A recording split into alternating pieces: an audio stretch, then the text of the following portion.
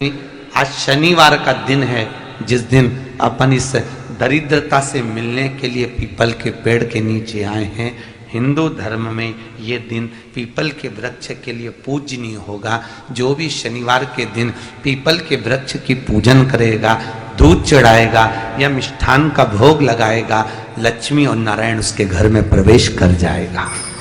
लक्ष्मी और नारायण उसके घर में प्रवेश करेगा। पुराण की कथा कह रही है कि दुनिया के सारे तीर्थ नहीं जा सकते, पृथ्वी की सारी नदियों में स्नान नहीं कर सकते, पवित्र नदियों में आप स्नान नहीं कर सकते, या किसी भी तीर्थ में जाकर एक रात्रि भी विश्राम नहीं कर सकते, या हमने जिंदगी में कोई दान करा ना करा, कोई पुण्य करा ना करा, कोई सत्कर्म करा ना करा, कोई शास्त्र पढ़ा ना पढ़ा, कोई शास्त्र सुना ना सुना, उसके बाद भी शिव महापुराण की कथा कहती है कि एक दिन में अगर मात्र एक बार भी आप शंकर के शिवालय में प्रवेश कर गए या मंदिर में प्रवेश कर गए तो सारे तीर्थ, सारी नदियां, सारे सरोवर, सारी बावड़ी, सारे तालाब, सारे कुंड के स्नान का पुण्य, दान का पुण्य प्राप्त हो जाता है।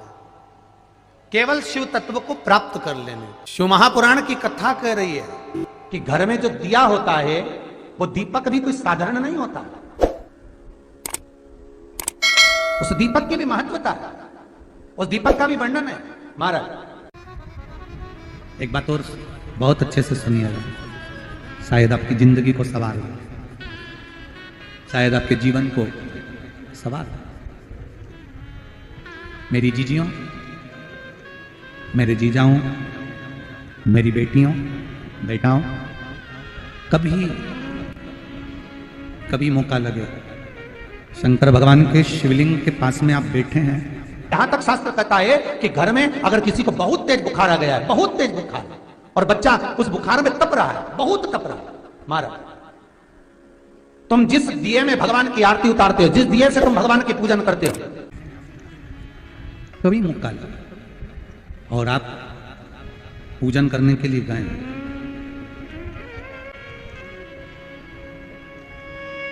कभी पूजन करने के लिए, और आपको शंकर भगवान के शिवलिंग के पास में या शंकर भगवान के शिवलिंग के ऊपर कनेर का अगर पीला फूल देखा है ना आप लोगों ने, अरे बोलो तो जमके, देखा है?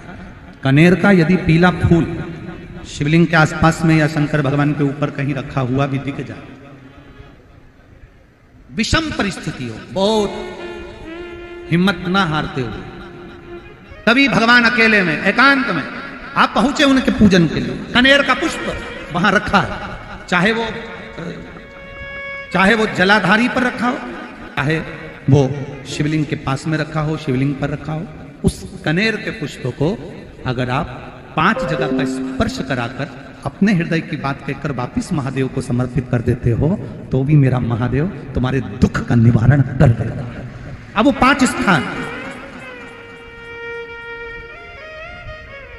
वो 5 स्थान, पहला गणेश जी, गणेश जी का जो स्थान होता है वह जगह, दूसरा षडानंद कार्तिक, तीसरा अशोक सुंदरी वाला स्थान, चौथा जलाधारी जो ऊपर से बूंद बूंद जल नीचे गिरा रही है, जया, विषहरा, शामली बारी, दौतली, देव, शंकर जी की 5 बेटियों का, और 5वें नंबर का है शंकर भगवान के, जो कैसे वर्णन किया जाए, त्रिशूल के 3 भाग होते हैं। करें दर्शन आप लोगों ने, ये से सामने त्रिशूल लगा है, इस त्रिशूल के ऊपर देखेंगे तो 3 भाग दिख रहे हैं, नजर आ रहे हैं सबको?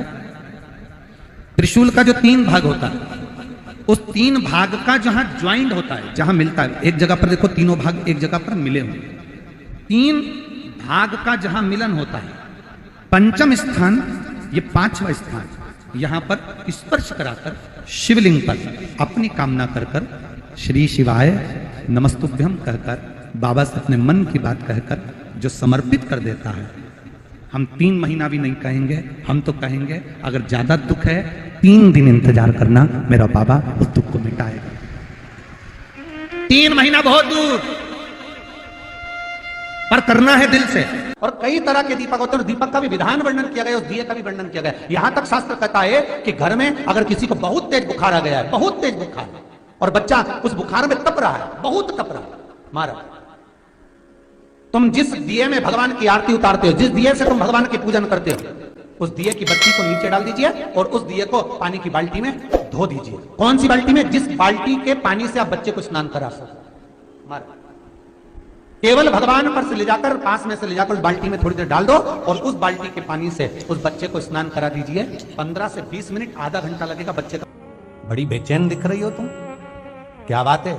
पार्वती जी कहती है, देवव्रत, कश्मीर प्रदेश का एक भक्त देवव्रत बेलपत्री के वृक्ष के नीचे बैठकर आपका मंत्र जाप कर रहा। मैं आपको जगाना नहीं चाहती थी, पर बेलपत्री के वृक्ष के नीचे लक्ष्मी झाड़ू लगाती है, सरस्वती वीणा बजाती है, इंद्राणी उस बेलपत्री के वृक्ष के नीचे जल का सिंचन करती है, 33 कोटि देवी देवता उस बेलपत्री के वृक्ष की जड़ में विराजमान होते हैं।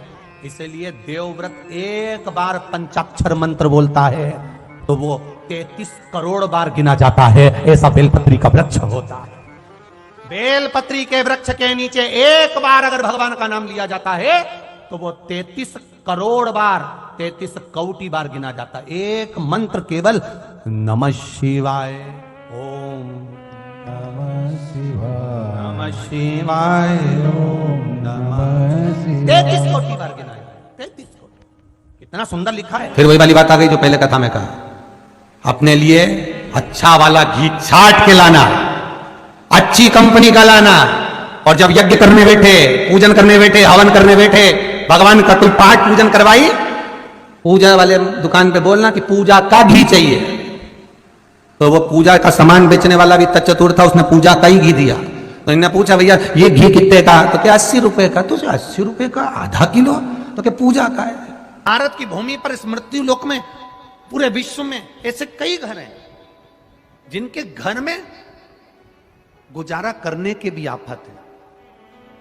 पहनने के कपड़े नहीं, किसी के यहां पर भोजन नहीं, किसी के यहां जमीन नहीं, किसी के यहां दुकान नहीं, कोई कोई पूरी जिंदगी किराए के मकान में निकाल देता है।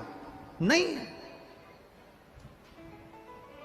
मेरा एक निवेदन है, इस कथा को जितने छत्रपति संभाजी नगर के श्रोता भाई बहन श्रवण कर रहे हैं उनसे निवेदन करूंगा, आप हाथ का ठेला लगा रहे हो, सब्जी का ठेला लगा रहे हो, फल का ठेला लगा रहे हो, धक्के की जिंदगी जी रहे हो, दरवाजे पर बैठे हो, कहीं ना कहीं तुम दास्य भाव की जिंदगी जी रहे हो, तकलीफ में जिंदगी जी रहे हो, बहुत दुख की जिंदगी जी रहे हो, बहुत कष्ट की जिंदगी जी रहे हो, उनसे केवल निवेदन करूंगा, 3 महीने 2 जगह पर जल चढ़ाना प्रारंभ कर दीजिए, केवल 3 महीने। एक शंकर भगवान के शिवलिंग पर, दूसरा बेलपत्री के पेड़ के नीचे, 2 जगह पर जल चढ़ाना 3 महीने लगातार चालू कर दो, बाबा तुम्हारा हाथ पकड़कर तुम्हें उन्नति की सीढ़ी पर चढ़ा देगा। हमें कोई चमत्कार करना नहीं आता, और ना हम कोई तंत्र विद्या या मंत्र विद्या जानते हैं, ना हमारे पास में बेल है, ना हमारे पास में भभूति है, हमारे पास में तो केवल शिव का नाम है। आप श्री शिवाय नमस्तुभ्यम बोलो, ओम नमः शिवाय बोलो, नमः शिवाय बोलो, चाहे महामृत्युंजय मंत्र बोलो, उसका स्मरण करते करते भगवान शंकर के शिवलिंग पर जल, और उसी पात्र में जो जल तुमने शंकर जी को चढ़ाया है उसमें से बचा हुआ थोड़ा सा जल बेलपत्री के पेड़ के नीचे चढ़ाना प्रारंभ कर दो। अलग से बेलपत्री के पेड़ के नीचे चढ़ाने के लिए अलग से लोटा भर के जल जरूरत नहीं पड़ेगी। जो तुमने शिव जी को जल चढ़ाया, जो तुमने देवादिदेव महादेव को जल चढ़ाया, बस उसी पात्र का जल शंकर जी को चढ़ाओ, उसमें से बचा हुआ थोड़ा सा जल बेलपत्री के वृक्ष के नीचे चढ़ाना प्रारंभ करना। कौन सा बेलपत्री का वृक्ष? जिसकी छाया आपके ऊपर आ रही हो। शिव महापुराण बड़ी सुंदर बात कहता है, ध्यान दीजिएगा। जिस बेलपत्री का पौधा तुम्हारे सिर का, और ये दोनों हाथ ऊपर कर लो, अपन खड़े हुए और खड़े होकर दोनों हाथ ऊपर करे, इतना बड़ा बेलपत्री का पौधा है, उस बेलपत्री के पौधे की पत्ती को कभी तोड़कर शंकर जी को नहीं चढ़ाना चाहिए। ध्यान रखना, कितना बड़ा पौधा। आप खड़े हो जाओ और खड़े होने के बाद आपका हाथ ऊंचा कर लेना। इतना बड़ा पौधा है, उस पौधे की पत्ती बेलपत्री को तोड़कर शंकर भगवान को कभी नहीं चढ़ाना। शंकर भगवान को उस बेलपत्री को, उस वृक्ष की पत्ती को तोड़ना चाहिए जो वृक्ष तुम्हारे हाथ से थोड़ा सा ऊंचा हो, जिसके लिए तुम्हें हाथ और ऊंचा करना पड़ रहा हो। जैसे एक बच्चा अपनी मां की गोद में बैठने के लिए दोनों हाथों से उचकता है, आवाज लगाता है, उचकता है, आवाज लगाता है, हाथ ऊपर करता है, तो मां उस बच्चे को गोदी में ले लेती है। उसी तरह उस बेलपत्री के वृक्ष की पत्ती तोड़ना चाहिए जिसने थोड़ी उन्नति कर ली हो, जो थोड़ा ऊंचा हो गया हो। तुम उसको पाने का प्रयास करो तो भगवान भी तुम्हें अपनी गोदी में ले ले। ऐसे वृक्ष की पत्ती तोड़। अब तुम छोटा सा पौधा, बिल्कुल जरा सा पौधा, उसी की पत्ती तोड़कर महादेव को चढ़ाओगे, ये श्रेष्ठता नहीं। यदि बेलपत्री का पेड़ आपके यहाँ है और मान लो कई लोग बेलपत्री गमले में लगाते हैं या छत के ऊपर लगा देते हैं, बेलपत्री का वृक्ष जो होना चाहिए वो घर के ठीक पीछे के भाग में, पीछे के भाग। या बेलपत्री का वृक्ष अगर पीछे नहीं है तो आप अपने घर से जब बाहर निकलते हैं तो राइट हैंड की ओर बेलपत्री का वृक्ष होना चाहिए। आप जब घर से प्रवेश कर रहे हैं, बाहर की ओर निकल, वो सुख का अनुभव करा। यदि घर से निकलते समय बेलपत्री का पेड़ लेफ्ट में अगर आता है, आप जिस घर से निकल रहे हो लेफ्ट में अगर बेलपत्री का पेड़ आता है तो आप 1 रुपए कमाएंगे, 1.25 रुपए खर्च होगा, पैसा हाथ में टिकेगा नहीं। घर में 10 लोग भी कमा रहे हैं तो पैसा घर में दिखेगा नहीं, आएगा जरूर, सारे काम होंगे पर टिकेगा नहीं। यदि लेफ्ट में राइट भाग का बेलपत्री, सुख का अनुभव। बेलपत्री का वृक्ष घर में लगाओ तो घर के पीछे के हिस्से में लगाना चाहिए, और ऐसी जगह नहीं लगाना कि जहां पर बेलपत्र में गंदा पानी जाए या कोई गंदी वस्तु उसके नीचे पड़े। 33 करोड़ देवी देवता बेलपत्री के पेड़ के नीचे सोमवार के दिन, कोई रविवार के दिन, कोई मंगलवार, कोई बुधवार, कोई गुरुवार, कोई शुक्रवार, कोई शनिवार के दिन बेलपत्री के नीचे आकर 33 करोड़ देवी देवता हो तप करते हैं, साधना करते हैं। बेलपत्री के पेड़ का बड़ा प्रमाण है। एक बेलपत्री ऐसी होती है जो कि शंकर पर अगर चढ़ी हुई है तो वापिस उतार कर धोकर फिर शिव को चढ़ा सकते।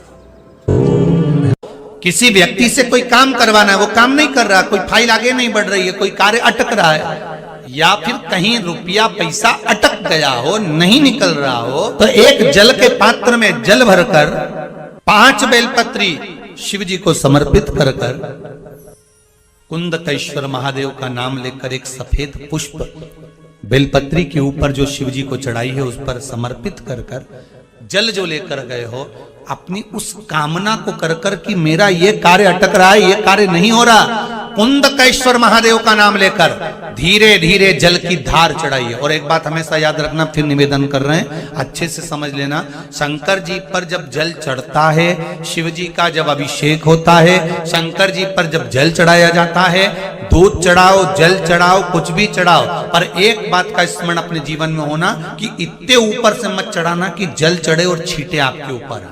बहुत ध्यान दीजिएगा। हाँ, तो यहां तक वर्णन करा गया है कि शंकर जी का जल चढ़ा हुआ जहां से बहकर जाता है ना, उसको लांगा तक नहीं जाता।